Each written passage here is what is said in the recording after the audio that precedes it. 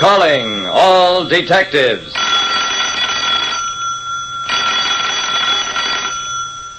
A murdered man, a wire recorder that didn't record, and a shoe full of diamonds. These are the exhibits on this page from my casebook. The casebook of Jerry Browning, private detective. You don't have to be a mind reader to be a private detective like me, Jerry Browning, but it certainly helps. The office of Chet Pearson, private detective, might have been my office. The same battered desk, a telephone, a big steel filing cabinet, a couple of straight-back chairs. There was only one difference. In this office, Chet Pearson lay slumped across the desk. He'd been shot 4 times through the heart. Lieutenant Dawson of Homicide walked over to me. I'm taking that filing cabinet over to headquarters, Jerry. Check through all of Pearson's cases for possible lead. I nodded. I suppose you have to.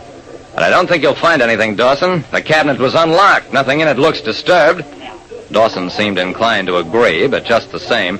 Couple of you men, pick up that file cabinet. Easy, it's heavy.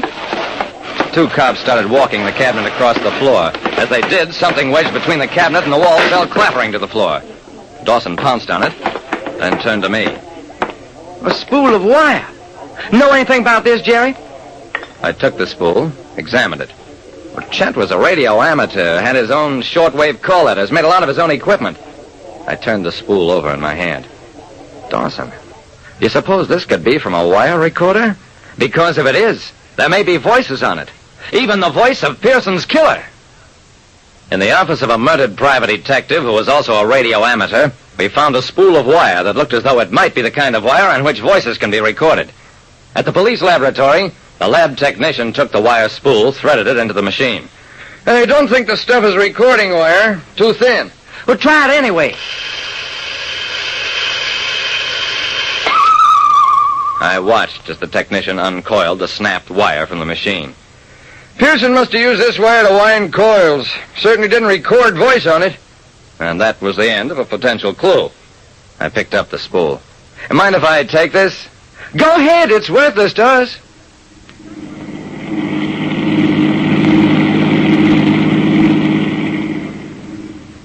With the wire in my pocket, I went on back to my office, sat down at my own battered desk, stared at my own filing cabinet and straight-back chairs. Not much to show for 10 years of risking your life. But then I never knew an honest private detective who got rich from his work. Chet Pearson was honest. And at the end of the road, all he got was 4 slugs in his heart. As payment in full. That and a little short-wave station that he'd mostly built himself. An idea stirred at the back of my head.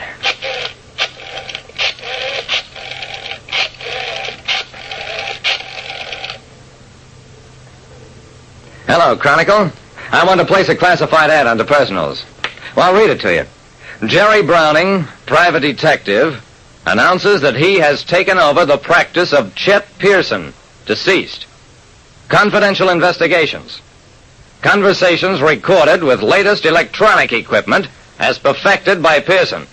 Put on my name and address, substitute it for my regular ad until canceled.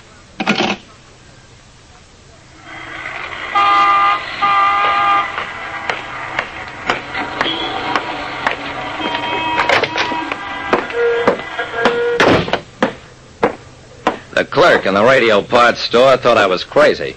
A portable recording set strapped around your body? Well, sure, it could be done, but with batteries that are way over 50 pounds, and it looked like a radio set with shoes.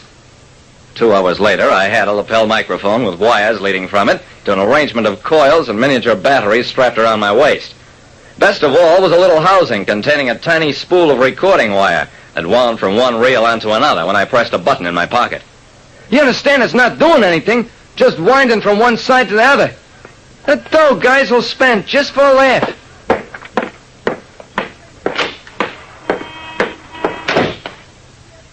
When I got back to my office, I had a conversation with Dawson, warned him about my ad. Then I waited. The ad got almost immediate results. People for whom Pearson had worked and who assumed I'd made some sort of arrangement with his heirs to buy his practice.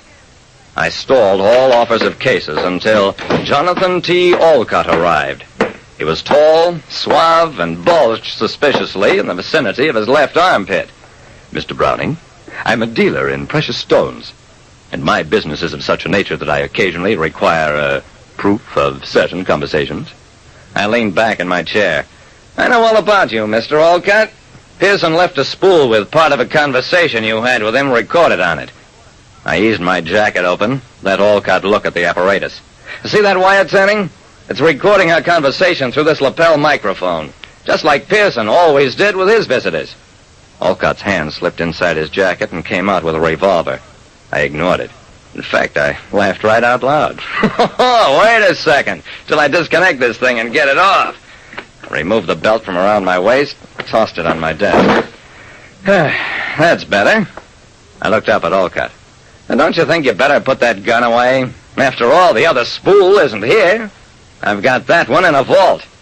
Olcott hesitated, lowered the gun. You're sure that thing is disconnected? I nodded, showed him that the wire wasn't turning anymore. You can talk freely now, but you'd better talk money. Olcott smiled with approval. I like a smart man. And you're what? If Pearson had been smart, he'd still be alive. He slipped the gun back into its holster. I won't make any offer for the wire, but you can work with me. I frowned. I need money fast. This stuff was expensive. You'll make 10 grand on the first job. The Mocamba Queen is docking tomorrow. 2 sailors are carrying 20 uncut diamonds in false linings of their shoes. They'll have shore leave about 10:30. We'll be waiting for them.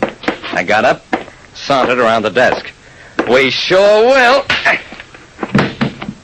2 cops walked in, strode over to Olcott, yanked him to his feet, snapped handcuffs over his wrists.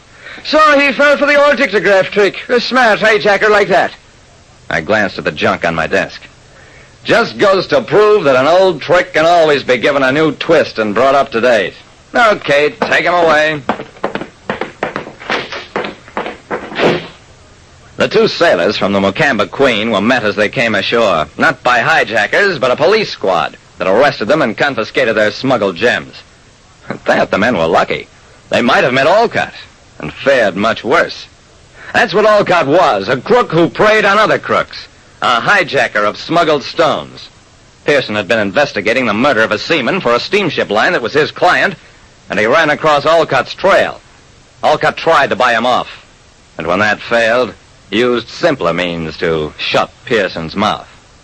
Like I said, in this detective business, it isn't what you know that counts, but what the other fella thinks you know.